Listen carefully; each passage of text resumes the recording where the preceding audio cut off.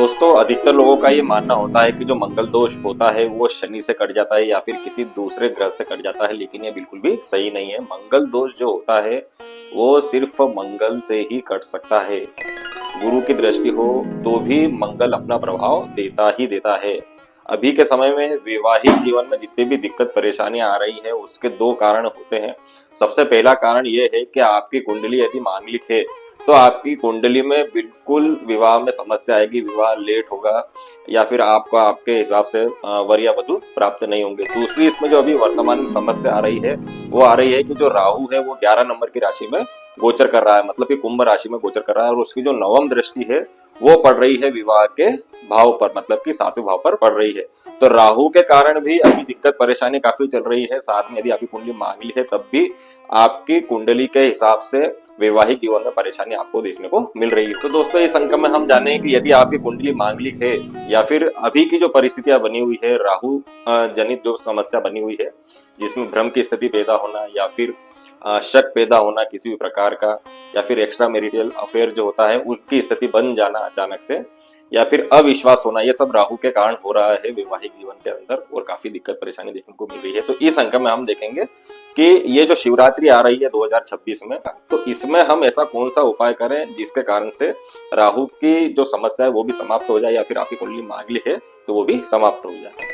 दोस्तों, शिव शक्ति का जो मिलन है वो शिवरात्रि के त्योहार के रूप में मनाया जाता है। इस दिन यदि आप कोई सा भी ऐसा उपाय करेंगे जिससे कि वैवाहिक जीवन के अंदर आपकी परेशानी खत्म हो सकती है तो आपको इसका फल अवश्य प्राप्त होगा। यदि आपके विवाह में विलंब हो रहा है, काफी दिक्कत परेशानियां आ रही है विवाह के वर वधु मिलने के लिए, तो भी आप ये उपाय कर सकते हैं। या फिर अभी वर्तमान में जो परिस्थितियां बनी हुई है, वैचारिक मतभेद, पति पत्नी के मध्य वैचारिक मतभेद जो बने हुए हैं, कहा सुनी हो रही है, तलाक तक की नौबत भी यहाँ पर देखने को मिल रही है राहु के कारण से, तो भी आप ये उपाय कर सकते हैं। दोस्तों, यदि आपकी कुंडली मांगलिक है और आपको विवाह में काफी दिक्कत परेशानी आ रही है, आपको आपके मुताबिक वर वधु प्राप्त नहीं हो रहे हैं, तो सबसे अच्छा उपाय इसका ये है कि आप महाशिवरात्रि के दिन अपने घर में या फिर पास के शिवालय में शंकर जी की भात पूजा स्वयं कर दें, या फिर उज्जैन में मंगलनाथ आकर भात पूजा करें।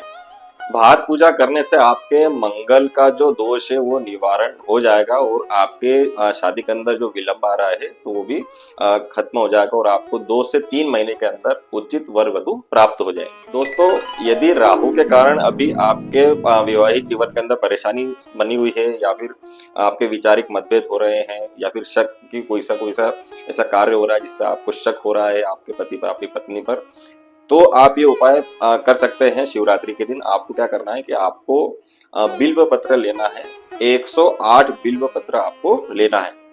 उस दिन काफी मुश्किल रहेगा बिल्व पत्र ढूंढना, तो आप 1-2 दिन पहले से उसको ढूंढ कर रखें और उसके ऊपर आपको लाल चंदन से टीके लगाना है, तीनों पत्ती पर लाल चंदन से टीके लगाना है। ओम नमः शिवाय का जाप कर कर शिवरात्रि के दिन ओम नमः शिवाय का जाप करके वो बिल्व पत्र आपको एक एक करके महादेव पर उल्टे चढ़ाना है। ओम नमः शिवाय आप बोलते जाइए या फिर महामृत्युंजय बोलते जाइए और बिल्व पत्र आप उन पर चढ़ाते जाइए। तो राहु जनित जो समस्या चल रही है या फिर आपका स्वास्थ्य भी अगर खराब है तो भी आप ये उपाय कर सकते हैं।